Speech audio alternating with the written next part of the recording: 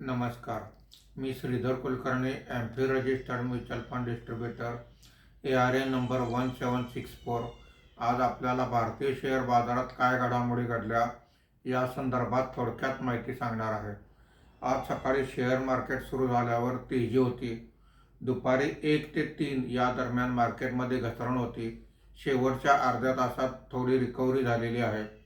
Market बंद होताना Sensex हा 152 पॉईंटनी वाढून 78,581 वर बंद झालेला आहे.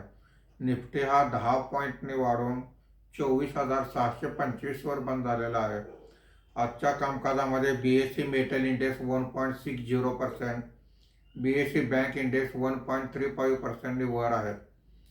BSE एनर्जी इंडेक्स 0.41% खाली आहे. Nifty mid cap index 0.18%, Nifty small cap index 0.76% वर आहेत.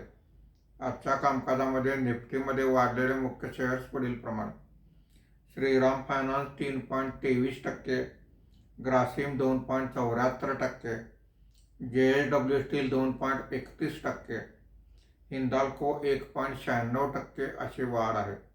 आज निफ्टीमध्ये घसरलेले मुख्य शेअर्स पुढील प्रमाणे: TCS 1.91%, Apollo hospital 1.55%, HCL technology 1.45%, सन फार्मा 1.22% अशी घसरण आहे.